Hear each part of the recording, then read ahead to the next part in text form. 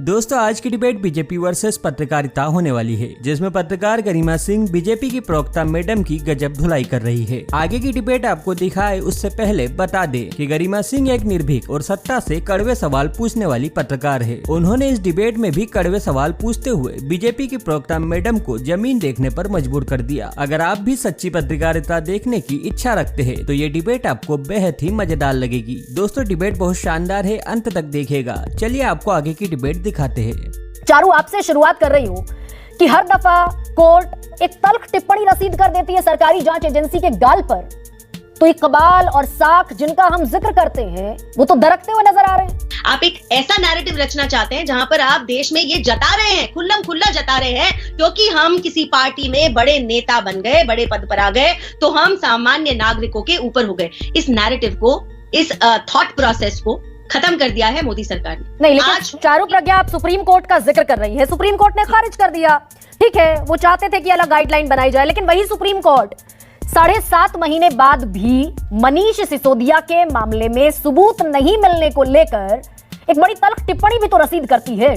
आपको याद होगा 5 अक्टूबर को सुप्रीम कोर्ट ने ही कहा, where is the evidence, where is the proof, where is the money trail, you have to establish a chain.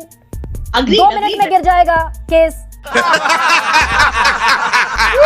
आपको याद होगा जो मोदी जी के ऊपर केसेस चल रहे थे, 10 साल लग गए थे क्लीन चिट मिलने में, और कभी ना मोदी जी ने शिकायत करी, ना भाजपा के किसी कार्यकर्ता ने सड़क पर उतर के दंगे मचाए। इन लोगों की तरह हम कोई जश्न भ्रष्टाचार नहीं मना रहे थे। हमने बोला कानून पर विश्वास है, अपने न्यायालय पे विश्वास है, और उनको एजेंसीज को, न्यायालय को, सबको अपना काम करने दीजिए अपने समय पर, अपने हिसाब से। चारू प्रज्ञा, ये सेलेक्टिव अप्रोच जो नजर आती है वो मैं इसलिए कह रही हूँ कि आप मुझे गिनवाइए, क्योंकि आप कह रही है भ्रष्टाचार के खात्मे की मुहिम है, सुप्रीम कोर्ट बेल नहीं दे रहा है, मैंने अग्री कर लिया, लेकिन ये सारे लोग जो आपके साथ चले आए, इनके खिलाफ मामला कहां तक पहुंचा?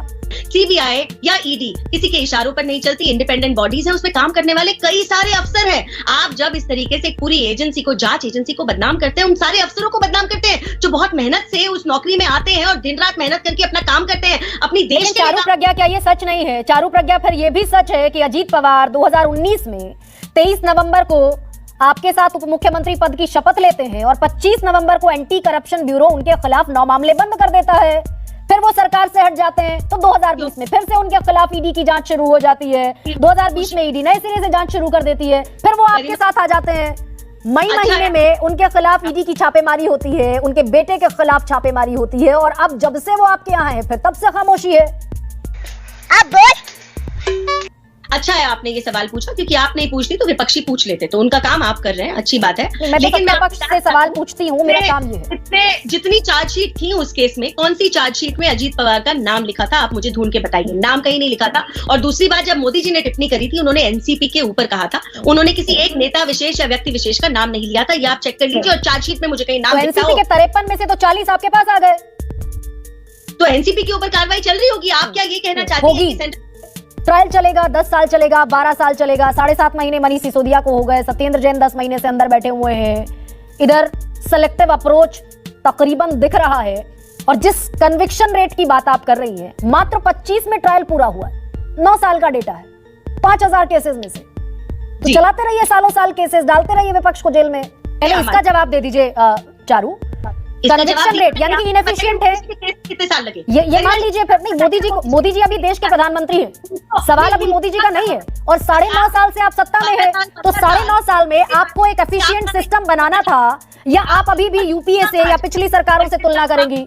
मैं बोल लूं, प्रश्न आप मुझसे पूछ रही हैं तो जवाब मैं दे लूं प्लीज? एब्सोल्युटली, मैं कन्विक्शन रेट पर सवाल पूछ रही हूं, मात्र 25 में ट्रायल पर जवाब दे रही हूं। शायद आप सुन नहीं पाई, मैं फिर से दोहराती हूं अपने जवाब को।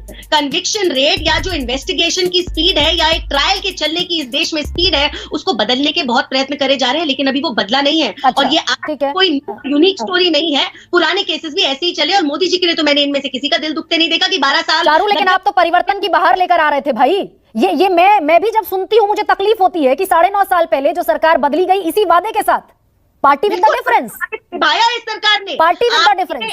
आप याद रखिए, इसी वादे को निभाया है इस सरकार ने, और इसीलिए चारू, इसीलिए 5000 केसेस में से मात्र 25 में ट्रायल पूरा होता है। Isn't it painful?